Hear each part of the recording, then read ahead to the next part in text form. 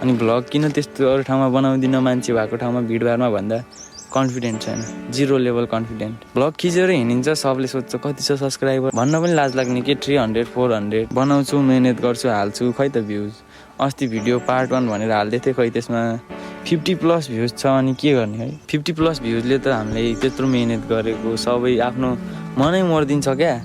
अनि भिडियो बनाउनै मन लाग्दैन क्या, सपोर्टै छैन क्या, सब भ्लगर निस्क्यो अनि कसलाई सपोर्ट गर्न सक्छ। अलिअलि भ्युज आइदिन पऱ्यो, आफ्नो निरन्तर सब्सक्राइब प्लस हुन पऱ्यो।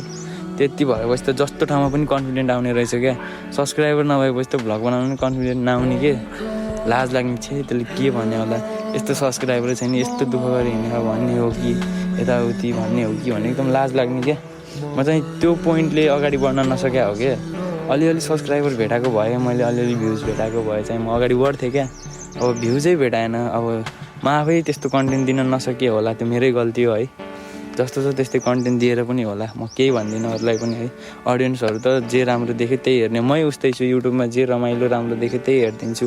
अब आफ्नो कोसिस बेस्ट गर्छु। मलाई कन्फिडेन्ट पनि एकदम 0 लेभलमा छ, कन्फिडेन्ट बढाउनु छ।